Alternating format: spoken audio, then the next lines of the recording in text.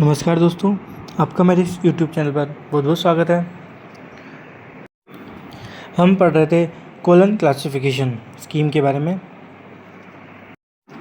हमने इसमें इसके सारे एडिशन के बारे में देख लिए हैं, जितने भी इसके 7-8 एडिशन जितने भी थे इसके, वो सारे हमने देख लिए हैं। और हमने इसके 6th एडिशन के बारे में पूरे डिटेल से भी देखा था।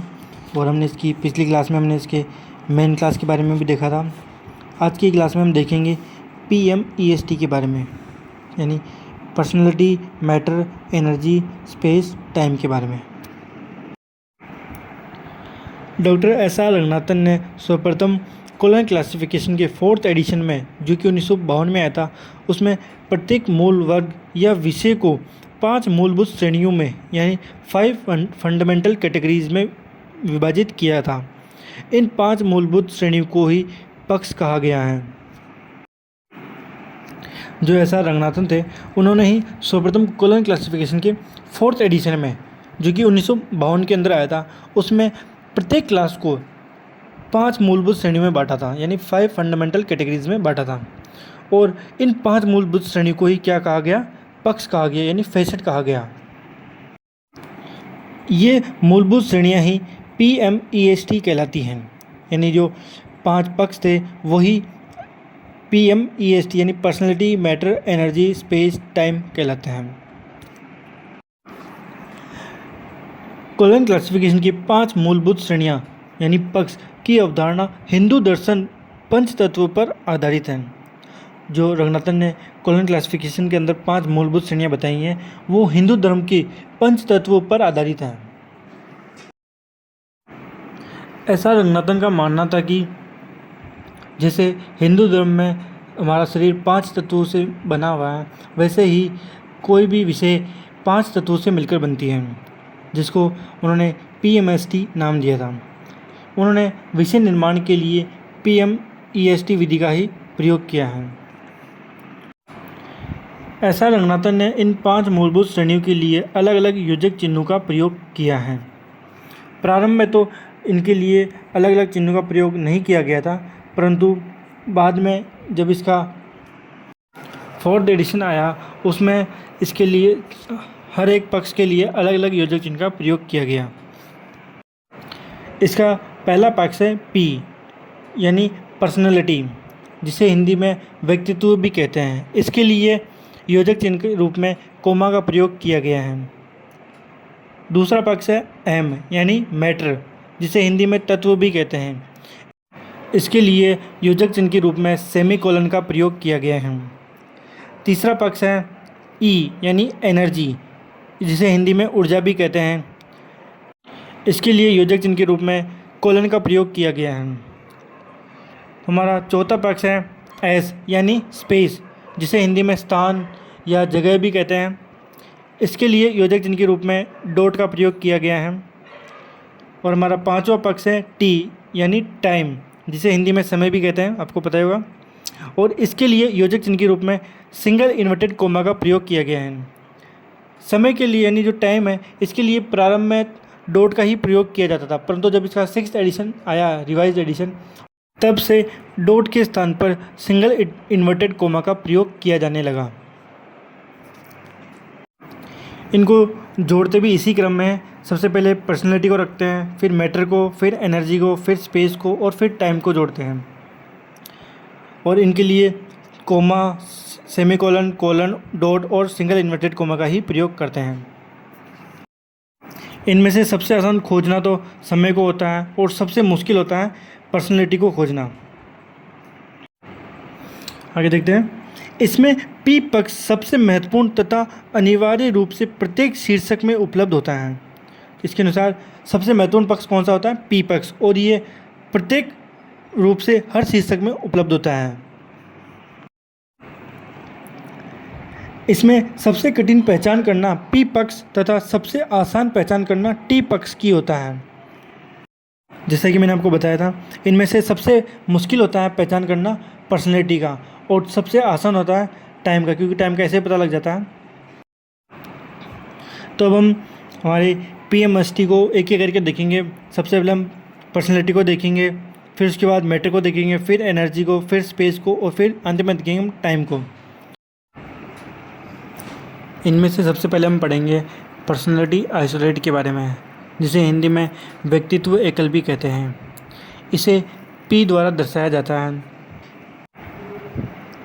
ऐसा रंगनाथन के अनुसार व्यक्तित्व पक्ष की पहचान करना सबसे कठिन होता है। मैंने आपको बताया था सबसे आसान होता है टाइम को पहचानना, फिर उससे मुश्किल होता है स्पेस को पहचानना, फिर उससे मुश्किल होता है एनर्जी को पहचानना, फिर उससे मुश्किल होता है मैटर को पहचानना, और सबसे मुश्किल होता है पर्सनैलिटी को पहचानना, यानी व्यक्तित्व को पहचानना। ऐसा रंगनाथन ने पर्सनैलिटी को खोजने के लिए रेसिड्यू मेथड यानी अवशेष विधि का प्रयोग किया है। अवशेष विधि में हम मैटर, एनर्जी, स्पेस और टाइम को ढूंढने के बाद जो कुछ अवशेष बचता है उसे ही हम पर्सनैलिटी मान लेते हैं। हम देखते हैं इसमें अवशेष विधि के बारे में। किसी भी टाइटल में मैटर, एनर्जी, स्पेस और टाइम को ढूंढने के पश्चात जो कुछ भी शेष बचता है उसे ही व्यक्तित्व पक्ष यानी पर्सनैलिटी मान लिया जाता है। मतलब ऐसा रंगनाथन ने अवशेष विधि के अंदर कहा है कि टाइटल में मैटर, एनर्जी, स्पेस और टाइम, इन चार को खोजने के बाद जो कुछ भी टाइटल में शेष बचता है उसे ही हम व्यक्तित्व पक्ष यानी पर्सनैलिटी मान लेते हैं। ऐसा रंगनाथन के अनुसार व्यक्तित्व पक्ष सभी विषयों में अंतर्निहित होता है, यानी जो व्यक्तित्व पक्ष है वह सभी विषयों के अंदर पाया जाता है। इसे मेन क्लास के साथ तो बिना किसी योजक चिन्ह के ही जोड़ दिया जाता है, लेकिन पुनरावृत्ति की स्थिति में कोमा के साथ जोड़ा जाता है। जो पर्सनैलिटी है इसे मेन क्लास के साथ तो बिना किसी योजक चिन्ह के ही जोड़ देते हैं हम, परंतु जब इसकी पुनरावृत्ति होती है तब हम इसे कोमा के साथ जोड़ते हैं, कोमा लगाकर इसको जोड़ा जाता है। व्यक्तित्व पक्ष मूल विषय का मूल आधार होता है। जो व्यक्तित्व पक्ष है वो किसी भी मूल विषय का एक मूल आधार होता है। ये प्रत्येक विषय में पाया जाता है। एक बार हम व्यक्तित्व एकल को पुनः देख लेते हैं। रंगनाथन के अनुसार व्यक्तित्व की पहचान सबसे कठिन होती है। रंगनाथन ने पर्सनैलिटी को खोजने के लिए रेसिड्यू मेथड यानी अवशेष विधि का प्रयोग किया है। अवशेष विधि क्या होते हैं? इसमें किसी भी टाइटल में मैटर, एनर्जी, स्पेस और टाइम को ढूंढने के पश्चात जो कुछ भी शेष बचता है उसे ही व्यक्तित्व पक्ष मान लिया जाता है। व्यक्तित्व पक्ष सभी विषयों में अंतर्निहित होता है। प्रारंभ में तो पर्सनैलिटी को मेन क्लास के साथ बिना किसी योजक चिन्ह के ही जोड़ दिया जाता है, परंतु जब इसकी पुनरावृत्ति होती है यानी पर्सनैलिटी की जब पुनरावृत्ति होती है तब इसे कोमा लगाकर जोड़ा जाता है। अब हम नेक्स्ट देखते हैं मैटर आइसोलेट के बारे में, यानी हिंदी में इसे तत्व एकल या पदार्थ एकल भी कहते हैं। इसे एम द्वारा दर्शाया जाता है। पदार्थ का सामान्य अर्थ होता है माल या सामग्री या द्रव्य जिसको प्राय निर्माण एवं उपभोग के लिए प्रयोग में लाया जाता है। यानी मैटर का सामान्य अर्थ होता है माल या सामग्री या द्रव्य जिसको प्राय निर्माण एवं उपभोग के लिए प्रयोग में लाया जाता है। मैटर आइसोलेट के अनेक रूप हो सकते हैं, यानी जो पदार्थ एकल हैं इसके कई रूप हो सकते हैं, जैसे सोना, लकड़ी, लोहा, कागज, पत्थर आदि सभी पदार्थ हैं। ये सारे मैटर हैं यानी पदार्थ हैं। और जो मैटर आइसोलेट है इसका योजक चिन्ह सेमीकोलन है। मैटर आइसोलेट की अभिव्यक्ति मुख्य रूप से तीन प्रकार से होती हैं। पहला है मैटर मटेरियल यानी एमएमटी, दूसरा है मैटर प्रॉपर्टी जिसे एमपी भी कहते हैं, और तीसरा है मैटर मेथड जिसे एमएम भी कहते हैं। तो मुख्य रूप से मैटर की अभिव्यक्ति इन तीनों रूप से होती है। तो पदार्थ एकल को एक बार हम पुनः देख लेते हैं। पदार्थ एकल का सामान्य अर्थ होता है माल या सामग्री या द्रव्य जिसको प्राय निर्माण एवं उपभोग के लिए प्रयोग में लाया जाता है। इसके अनेक रूप हो सकते हैं, जैसे सोना, लकड़ी, लोहा, कागज, ये सारे पदार्थ हैं। मैटर का योजक चिन्ह कौन सा है? सेमीकोलन। और मैटर की अभिव्यक्ति मुख्य रूप से तीन प्रकार से होती हैं। पहला है मैटर मटेरियल, जिसे एमएमटी भी कहते हैं। दूसरा है मैटर प्रॉपर्टी, जिसे एमपी भी कहते हैं। और तीसरा है मैटर मेथड, जिसे एमएम भी कहते हैं। अब हम तीसरा पक्ष या तीसरा एकल देखते हैं, एनर्जी, यानी एनर्जी आइसोलेट, जिसे हिंदी में ऊर्जा पक्ष भी कहते हैं। और इसको दर्शाने के लिए ई का प्रयोग किया जाता है। जो ऊर्जा शब्द है यानी जो एनर्जी शब्द है वह किसी कार्य या क्रिया का सूचक है। मतलब जहाँ पर भी इसका प्रयोग करते हैं हम एनर्जी या ऊर्जा का, तो वो किसी कार्य के लिए या फिर किसी क्रिया के लिए ही हम इसका प्रयोग करते हैं। और ये क्रियाएं गतिशील क्रियाओं की सूचक होती हैं। जो एनर्जी हैं ये किसी कार्य क्रिया का सूचक होता है ना, और जो ये क्रियाएं होती है वो गतिशील क्रियाओं का सूचक होती हैं। जो ऊर्जा पक्ष है यह वस्तुतः एक समस्या पक्ष है। इस श्रेणी का योजक चिन्ह कौन सा है? कोलन। जो एनर्जी है इसका योजक चिन्ह कौन सा है? कोलन। इसमें प्रत्येक मेन क्लास के साथ रंगनाथन ने एनर्जी फैसेट के सभी आइसोलेट उपलब्ध करवा दिए हैं। जितनी भी मेन क्लास हैं इनके लिए रंगनाथन ने एनर्जी फैसेट के सभी आइसोलेट उपलब्ध करवा दिए हैं। इसमें किसी भी विषय में ऊर्जा पक्ष की पुनरावृत्ति हो सकती है, जिसे 2E या सेकेंड राउंड या द्वितीय आवर्ती भी कहते हैं हम। तो एक बार हम पुनः एनर्जी आइसोलेट को देख लेते हैं, जिसे हिंदी में ऊर्जा एकल कहते हैं। इसे ई द्वारा दर्शाया जाता है। ऊर्जा शब्द किसी भी कार्य या क्रिया का सूचक होता है। ये क्रियाएं गतिशील क्रियाओं की सूचक होती हैं और ये वस्तुतः एक समस्या पक्ष है, यानी जो ऊर्जा पक्ष है वो वस्तुतः एक समस्या पक्ष है। ऊर्जा पक्ष का योजक चिन्ह है कोलन। ऐसा रंगनाथन ने मेन क्लास के सभी एनर्जी फैसेट के सभी आइसोलेट उपलब्ध करवा दिए हैं। इसमें किसी भी विषय में ऊर्जा पक्ष की पुनरावृत्ति हो सकती है, जिसे 2E सेकेंड राउंड या द्वितीय आवर्ती भी कहते हैं। अब हम नेक्स्ट देखते हैं चौथा पक्ष, जो कि है स्पेस आइसोलेट, जिसे हिंदी में स्थान एकल भी कहते हैं। इसे एस द्वारा दर्शाया जाता है। किसी भी विषय में स्थान पक्ष की पहचान आसानी से की जा सकती है, क्योंकि जगह का नाम होता है तो हम उसे आसानी से पहचान सकते हैं। इस श्रेणी का प्रयोग किसी भी भौगोलिक क्षेत्र, महाद्वीप, देश, शहर, गांव के रूप में तथा प्राकृतिक विभाग जैसे पर्वत, नदी, पहाड़ी, घाटी आदि के रूप में किया गया है। इस श्रेणी का प्रयोग कैसे किया गया? एक तो भौगोलिक क्षेत्र में जैसे महाद्वीप, देश, शहर हो गए, और दूसरा किया गया है प्राकृतिक विभाग में जैसे पर्वत, नदी, घाटी आदि रूप में किया गया है। ऐसा रंगनाथन के द्वारा स्पेस आइसोलेट के लिए योजक चिन्ह के रूप में डॉट का प्रयोग किया गया है। ऐसा रंगनाथन के द्वारा कोलन क्लासिफिकेशन के चैप्टर 4 में स्थान एकल यानी जो स्पेस आइसोलेट है इसके 2 स्तर बताए गए हैं ऐसा रंगनाथन के द्वारा। इसका पहला स्तर है S1। इसमें निश्चित स्थानों के बारे में दिया गया है। जो S1 पहला स्तर है, इसमें जो निश्चित स्थान होते हैं जैसे जयपुर है, ये एक निश्चित स्थान है, तो इसमें ऐसे निश्चित स्थानों के बारे में दिया गया है। दूसरा स्तर है S2। इसमें प्राकृतिक व भौगोलिक स्थानों की जानकारी दी गई है, जैसे नदियाँ हो गई, पहाड़ हो गए, जैसे प्राकृतिक स्थान होते हैं उनकी जानकारी दी गई है इसमें। कोलन क्लासिफिकेशन में स्थान पक्ष के एकलों को 4 खंडों में विभाजित किया गया है। इसका पहला खंड है पॉलिटिकल डिवीज़न, जिसे राजनीतिक विभाजन भी कहते हैं। दूसरा खंड है फिजिकल फीचर्स, जिसे हिंदी में प्राकृतिक विभाजन भी कहते हैं। तीसरा खंड है पॉपुलेशन क्लस्टर्स, यानी जनसंख्या समूह विभाजन।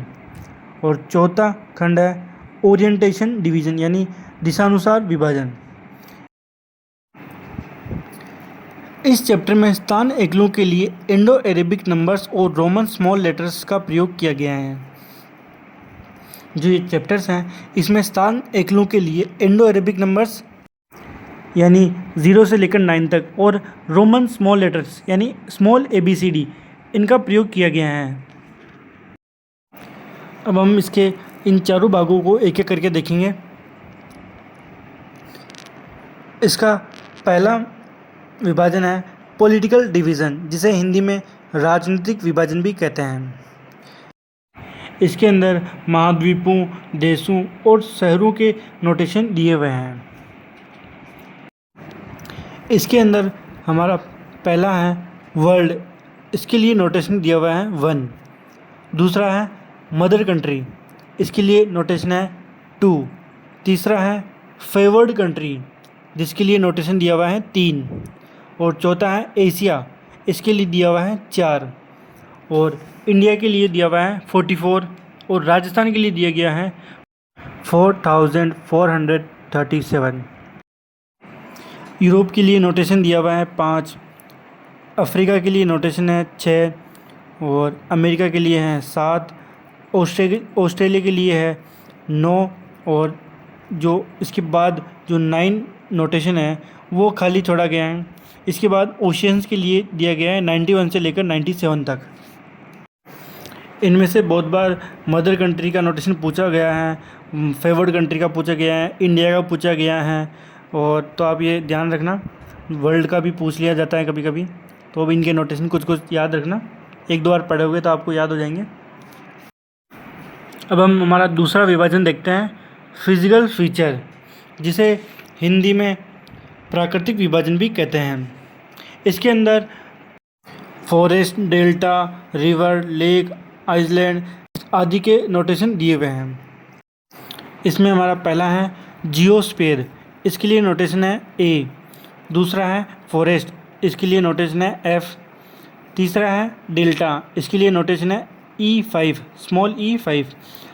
चौथा है वैली, इसके लिए नोटेशन है स्मॉल G1। पांचवा है माउंटेन, इसके लिए नोटेशन है G7। छठा है रिवर, इसके लिए नोटेशन है P1। और सातवां है लेक, इसके लिए नोटेशन है P6। आठवां है आइसलैंड, इसके लिए नोटेशन है स्मॉल E6। नौवां है ओशियन, इसके लिए नोटेशन है R। और 10वां है हाइड्रोस्फीयर, इसके लिए नोटेशन है J।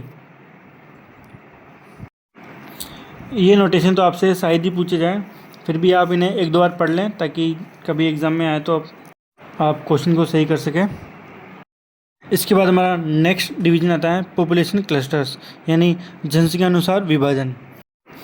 इसके लिए कोई इतने खास नोटेशन नहीं दिए गए हैं, तो हम नेक्स्ट डिवीज़न देखेंगे, ओरिएंटेशन डिवीज़न। हिंदी में इसे दिशानुसार विभाजन भी कहते हैं। इसके अंदर दिशाओं के नोटेशन दिए गए हैं, जैसे ईस्ट, वेस्ट आदि के नोटेशन दिए गए हैं। इसमें पहला है 19A, जो कि है बाय ओरिएंटेशन के लिए। बाय ओरिएंटेशन का मतलब होता है कि किसी व्यक्ति, वस्तु या संरचना को एक निश्चित दिशा या स्थान में व्यवस्थित करना। दूसरा है 19B, ये ईस्ट साइड को दर्शाता है। तीसरा है 19C, ये नियर बाय चीज़ों को दर्शाता है, जो पास में हो चीज़ें उनको दर्शाता है, नियर चीज़ों को ना। चौथा है 19D, ये मिडल जो चीज़ें होती है बीच में उनको दर्शाता है। पांचवा है 19E, ये फार यानी दूर की चीज़ों को दर्शाता है। छठा है 19F, ये साउथ ईस्ट की चीज़ों को दर्शाता है। सातवां है 19G, ये साउथ की चीज़ों को दर्शाता है, जो साउथ साइड में हो उनको। आठवां है 19L, ये साउथ वेस्ट साइड को दर्शाता है। नौवां है 19M, ये वेस्ट साइड को दर्शाता है। 10वां है 19R, ये नॉर्थ वेस्ट को दर्शाता है। 11वां है 19S, ये नॉर्थ को दर्शाता है। 12वां है 19W, ये नॉर्थ ईस्ट को दर्शाता है। और 13वां है 19X, ये इनसाइड यानी अंदरूनी साइड को दर्शाता है ये। और 14वां है 19Y, ये आउटसाइड को दर्शाता है, यानी जो बाहर की दिशा है उसको दर्शाता है। एक बार हम स्पेस आइसोलेट को यानी स्थान पक्ष को पुनः देख लेते हैं। स्थान पक्ष की पहचान करना आसान होता है। इसमें इस श्रेणी का प्रयोग किसी भौगोलिक क्षेत्र यानी महाद्वीप, देश, शहर, गांव के रूप में तथा प्राकृतिक विभाग जैसे पर्वत, नदी, घाटी आदि के रूप में भी किया जाता है। इसका योजक चिन्ह है डॉट। और कॉलन क्लासिफिकेशन के 4th चैप्टर में, जो चैप्टर 4 है, उसमें स्थान एकलों के लिए 2 स्तर बताए गए हैं। पहला है S1, इसमें निश्चित स्थानों के बारे में दिया गया है। और दूसरा है S2, यानी दूसरा स्तर है S2, इसमें प्राकृतिक व भौगोलिक स्थानों की जानकारी दी गई है। और इसमें कॉलन क्लासिफिकेशन में स्थान पक्ष के एकलों को 4 खंडों में विभाजित किया गया है। पहला है पॉलिटिकल डिवीजन, जिसे राजनीतिक विभाजन भी कहते हैं। दूसरा है फिजिकल फीचर, जिसे प्राकृतिक विभाजन भी कहते हैं। तीसरा है पॉपुलेशन क्लस्टर, जिसे हिंदी में जनसंख्या समूह विभाजन भी कहते हैं। इसके बारे में ज़्यादा जानकारी नहीं दी गई है, तो हमने इसके बारे में यहाँ इतना नहीं पढ़ा है। चौथा है ओरिएंटेशन डिवीजन, यानी दिशानुसार विभाजन। इन चारों डिवीजन के बारे में हमने देख लिया है। अब हम नेक्स्ट देखेंगे टाइम आइसोलेट, जिसे हिंदी में समय या काल एकल भी कहते हैं। इसे टी द्वारा दर्शाया जाता है। इन 5 मूलभूत श्रेणियों में काल या समय को ज्ञात करना अत्यधिक आसान होता है। यानी जो हमारी 5 मूलभूत श्रेणियां हैं, जैसे पी पर्सनैलिटी हो गया, एम मैटर हो गया, ई एनर्जी हो गया, एस स्पेस हो गया और टी टाइम हो गया। इनमें से सबसे आसान होता है टाइम को पहचानना, क्योंकि टाइम में पता ही कि जैसे 1995 लिखा हुआ है या डे टाइम लिखा हुआ है, कोई नाइट है, समर है, ऐसे विंटर लिखा हुआ है, तो वो हम पहचान जाते हैं। इसके लिए योजक चिन्ह के रूप में सिंगल इन्वर्टेड कोमा का प्रयोग किया गया है। प्रारंभ में इसके लिए डॉट का प्रयोग किया जाता था, परंतु जब इसका 6th एडिशन आया तब से ही इसके लिए सिंगल इन्वर्टेड कोमा का प्रयोग किया जाने लगा। टाइम आइसोलेट के 2 स्तर हैं, यानी 2 लेवल हैं। इसका पहला स्तर है टी, इसमें निश्चित समय की जानकारी दी गई है। और इसका दूसरा स्तर है, यानी दूसरा लेवल है इसका T2, जिसमें मौसम और ऋतुओं की जानकारी दी गई है। इनमें से हम टाइम आइसोलेट के पहले लेवल के बारे में पढ़ते हैं, जो कि है टी, जिसे क्रोनोलॉजिकल डिवीजन भी कहते हैं। इसमें सामान्य काल जैसे शताब्दी हो गया, दशक हो गया, वर्ष हो गया आदि को व्यक्त किया जाता है। इसमें नोटेशन देख लेते हैं इनके। पहला है ए, ये किसको दर्शाता है? बिफोर 9999 BC को दर्शाता है। ये इससे पहले के ईयर को दर्शाता है ये ना। दूसरा है A1, ये दिखाता है इयोजोइक काल को। तीसरा है A3, ये दर्शाता है पैलियोजोइक काल को। चौथा है A3, ये दर्शाता है मेसोजोइक काल को। पांचवा है A4, ये दर्शाता है केनोजोइक काल को। इसके बाद A5 दर्शाता है क्वाटरनरी काल को। इसके बाद B दर्शाता है 9999 से 1000 BC तक के काल को, यानी समय को है। आगे है C, ये दर्शाता है 9999 से लेकर 1 BC तक के काल को। इसके बाद नेक्स्ट है D, ये दर्शाता है 1 AD से लेकर 999 AD तक के काल को। इसके बाद E दर्शाता है 1000 AD से लेकर 1099 AD तक के काल को। इसके बाद नेक्स्ट है F, ये दर्शाता है 1100 से लेकर 1199 AD तक के काल को। इसके बाद जो G है वो दर्शाता है 1200 से लेकर 1299 AD तक के काल को। इसके बाद H है, ये दर्शाता है 1300 से लेकर 1399 AD तक के काल को। इसके बाद I है, ये दर्शाता है 1400 से लेकर 1499 AD तक के काल को। इसके बाद J है, ये दर्शाता है 1500 से लेकर 1599 AD तक के काल को। इसके बाद K दर्शाता है 1600 से लेकर 1699 AD तक के काल को। इसके बाद L है, ये दर्शाता है 1700 से लेकर 1799 AD तक के काल को। इसके बाद M है, ये दर्शाता है 1800 से लेकर 1899 AD तक के काल को। इसके बाद N है, ये दर्शाता है 1900 से लेकर 1999 AD तक के काल को। इसके बाद P दर्शाता है 2000 से लेकर 2099 AD तक के काल को। इसके बाद Q दर्शाता है 2100 से लेकर 2199 AD तक के काल को। इसके बाद R दर्शाता है 2200 से लेकर 2299 AD तक के काल को। इसके बाद S दर्शाता है 2300 से लेकर 2399 AD तक के काल को। इसके बाद जो T है वो दर्शाता है 2400 से लेकर 2499 AD तक के काल को। इसके बाद नेक्स्ट है U, ये दर्शाता है 2500 से लेकर 2599 AD तक के काल को। इसके बाद नेक्स्ट है V, ये दर्शाता है 2600 से लेकर 2499 AD तक के काल को। इसके बाद नेक्स्ट है W, ये दर्शाता है 2700 से लेकर 2799 AD तक के काल को। इसके बाद नेक्स्ट है X, ये दर्शाता है 2800 से लेकर 2899 AD तक के काल को। इसके बाद है YA, ये दर्शाता है 2900 से लेकर 2999 AD तक के काल को। इसके बाद नेक्स्ट है YB, ये दर्शाता है 3000 से लेकर 3099 तक के काल को। इसके बाद नेक्स्ट है YC, ये दर्शाता है 3100 से लेकर 3199 AD तक के काल को। अब इसमें हम नेक्स्ट देखते हैं LED के बारे में, यानी लेटेस्ट इफेक्टिव डेकेड के बारे में। लेटेस्ट इफेक्टिव डेकेड में रंगनाथन ने एक शताब्दी को 20-20 वर्षों के 5 भागों में बांटा है। इफेक्टिव डेकेड के लिए 1, 3, 5, 7 और 9 डिजिट का प्रयोग किया गया है। जैसे इसका एग्जाम्पल है, यह है N 1900 से लेकर 1999 AD तक के काल का, है ना।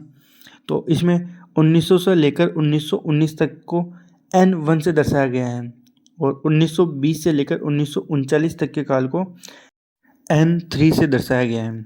फिर 1940 से लेकर 1959 तक के काल को N5 से दर्शाया गया है। फिर 1960 से लेकर 1979 तक के काल को N7 से दर्शाया गया है। फिर 1980 से लेकर 1999 तक के काल को N9 से दर्शाया गया है। तो इस तरह से इसमें एक शताब्दी को 20-20 वर्षों के 5 भागों में बांटा गया है। अब हम टाइम का दूसरा स्तर देखते हैं, जो कि है T2, जिसे फ्यूचर्ड टाइम भी कहते हैं। इसमें दिन, रात, ग्रीष्म, शीत ऋतुओं या मौसम जैसे आर्द्र, शुष्क, बर्फीला, तूफानी आदि को व्यक्त किया जाता है। मतलब इसमें जैसे दिन हो गया, रात हो गई, गर्मी हो गई, सर्दी हो गई, जैसे मौसम होते हैं ना, बारिश का मौसम है, शुष्क है, आर्द्र है, आदि को व्यक्त किया जाता है इसके अंदर ना। इसके अंदर T1 और T2 को जोड़ने के लिए हाइपन का प्रयोग किया गया है। जो मैंने आपको बताया था, T1 पहला स्तर हो गया और T2 दूसरा स्तर हो गया। तो इन दोनों स्तर को जोड़ने के लिए हाइपन का प्रयोग किया गया है इसके अंदर। अब हम T2 के नोटेशंस देख लेते हैं। इनके नोटेशंस हमें कौन कौन से गिवन है। पहला है C, जो कि डे टाइम को दर्शाता है। दूसरा है D, जो कि नाइट को दर्शाता है। तीसरा है स्मॉल e, ये सारे स्मॉल हैं यहाँ पे ना, स्मॉल e ये ट्विलाइट को दर्शाता है। और चौथा है n, स्मॉल n, ये सीज़न को दर्शाता है। आगे नेक्स्ट है N1, ये स्प्रिंग को दर्शाता है। नेक्स्ट है N3, ये समर को दर्शाता है। नेक्स्ट है N5, ये ऑटम को दर्शाता है। और नेक्स्ट है N7, ये विंटर को दर्शाता है। नेक्स्ट है स्मॉल p, ये मेट्रोलॉजिकल पीरियड को दर्शाता है। नेक्स्ट है P1, ये ड्राई को दर्शाता है। और नेक्स्ट है P5, ये वेट यानी गीले को दर्शाता है। नेक्स्ट है P8, ये स्नो को दर्शाता है। तो ये सारे T2 यानी जो फीचर्ड टाइम थे उसके नोटेशंस हो गए। एक बार हम पुनः टाइम आइसोलेट के बारे में देख लेते हैं। ये सबसे आसान होता है इसको ज्ञात करना टाइम को। इसमें इसका योजक चिन्ह था सिंगल इन्वर्टेड कोमा। इसके 2 स्तर हैं यानी 2 लेवल हैं। पहला है T, ये निश्चित समय की जानकारी देता है। दूसरा है T2, ये मौसम ऋतुओं की जानकारी देता है। टी को क्रोनोलॉजिकल डिवीजन भी कहते हैं और T2 को फीचर टाइम भी कहते हैं। इन दोनों के बारे में हमने देख लिया है और इनके नोटेशन भी हमने यहाँ पे देख लिए हैं। तो यहाँ पर आज की हमारी क्लास कंप्लीट होती है। आज हमने पढ़ा PMEST के बारे में, यानी पर्सनैलिटी, मैटर, एनर्जी, स्पेस और टाइम के बारे में। रंगनाथन ने प्रत्येक मूल विषय यानी बेसिक सब्जेक्ट को या वर्ग को 5 मूलभूत श्रेणियों में बांटा है, यानी 5 फंडामेंटल कैटेगरीज में बांटा है। और इन 5 मूलभूत श्रेणी को ही क्या नाम दिया है? PMEST नाम दिया है। और जो रंगनाथन थे, इन्होंने जो PMEST है इसको हिंदू दर्शन पर आधारित बताया है। रंगनाथन ने इन 5 मूलभूत श्रेणियों को जोड़ने के लिए अलग अलग योजक चिन्ह का प्रयोग किया है। जैसे पर्सनैलिटी को जोड़ने के लिए कोमा का प्रयोग किया है, मैटर को जोड़ने के लिए सेमीकोलन का प्रयोग किया है, एनर्जी को जोड़ने के लिए कोलन का प्रयोग किया है, और स्पेस को जोड़ने के लिए डॉट का प्रयोग किया है, और टाइम को जोड़ने के लिए सिंगल इन्वर्टेड कोमा का प्रयोग किया है। इन 5 मूलभूत श्रेणियों के बारे में हमने पूरी डिटेल से देख लिया है। जैसे हमने पर्सनैलिटी के बारे में भी पूरा डिटेल से देखा, एनर्जी के बारे में भी, मैटर के बारे में भी, स्पेस और टाइम के बारे में भी हमने पूरे डिटेल से देखा है। तो आज की हमारी क्लास यहीं समाप्त होती है। आप इस वीडियो को लाइक करना, चैनल को सब्सक्राइब करना और ये वीडियो अपने उन दोस्तों को ज़रूर शेयर करना जो लाइब्रेरियन बनने का सपना देख रहे हों। तो मिलते हैं हम नेक्स्ट क्लास में। जब तक के लिए धन्यवाद।